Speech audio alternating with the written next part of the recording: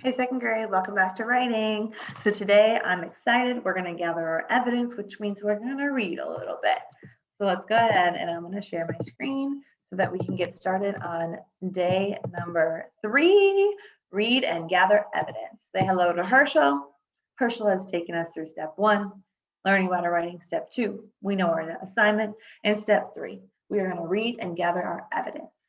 So that means we need to read our 2 texts. So we're going to start with our first text today. Make sure you have your iReady writing book and a pencil with you.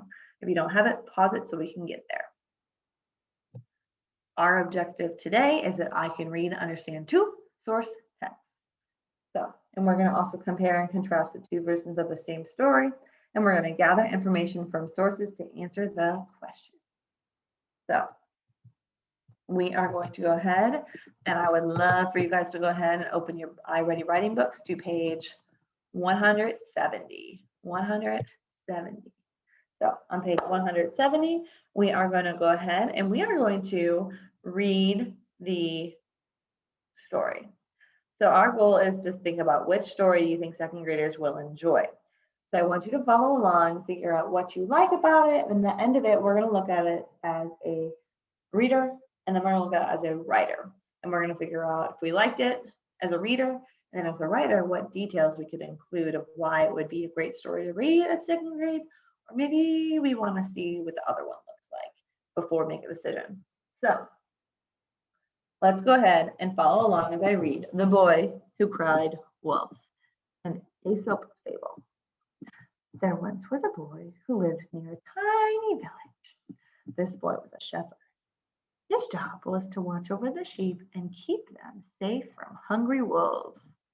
His father told the boy that if he saw a wolf, he should call out loudly, and the villagers would come to help him scare away the wolf. Every day, all day long, the boy watched the sheep.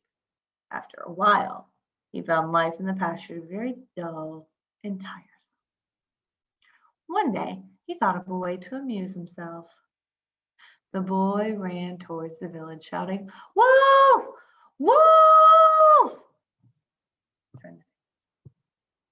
As expected, the villagers dropped their work and ran quickly to the pasture. But when they got there, they found the boy rolling on the ground with laughter. There was no hungry wolf. He had played. The next day, the boy decided to play the trick again. He shouted, "Wolf! Wolf!" Again, the villagers ran to help him. But again, the boy laughed at them. Then, one evening, as the sun was setting, the boy noticed a real wolf stalking the sheep. In terror, the boy ran towards the village, shouting, "Wolf! Wolf!" But the villagers had not come to help him as they had before. "He cannot fool us again," they said. As a result, all of the boy's sheep ran away.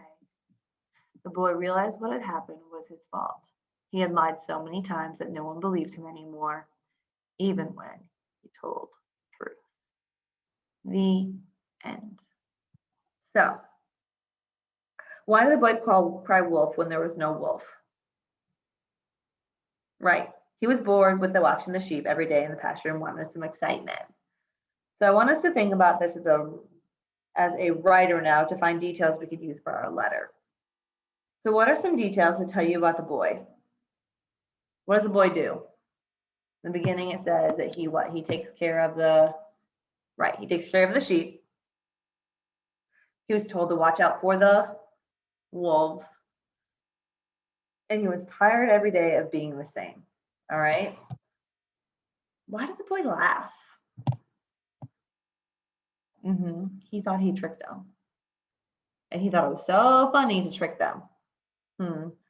And he'd be confused, and the villagers would come so fast and be so confused about where the wolf was, and he thought it was so funny. But why didn't the villagers come to help the boy when he cried wolf a third time? The villagers thought the boy was playing another trick on them, so they didn't believe there was a real wolf, which isn't very good. So what did the boy learn about what on the page? I love this very last paragraph right here. The boy realized that what happened was his fault. He had lied so many times that no one believed him anymore, even when he told the truth. So I think that is a big lesson learned that we can take from this. And I personally have always loved the book, The Boy Who Cried Wolf, or the story, because I think there's so much we could learn from it. So I want you guys to think, if you like this story or not. Would you give it a 1 star, 2 star, 3 star, 4 star, 5 star, meaning it's absolutely awesome? 1 star meaning, it was okay. I probably wouldn't read it again. 3 meaning, maybe I'll read it again in a while. 5 means I would read it over and over again. I think it's awesome, and I would definitely share it with my friends. So, would you want to share this story with a friend? Why or not? Why not? I want you guys to think about that before we go into tomorrow. Not tomorrow. We're gonna move into reading the next story next week. So, I want us to reflect on The Boy Who Cried Wolf, so that next week we can think about the other passage we're going to read, so we can find our details to write to our teachers. All right. So happy Thursday. I'm excited. Tomorrow Monday, we're going to read The Boy Who Cried Alien. Sounds pretty cool. I've never heard of that before, and I'm excited. So let me go ahead and stop sharing here. Have a great rest of your day, and I will see you guys next week for writing, and can't wait to celebrate all of our reading awards tomorrow. Bye, 2nd grade.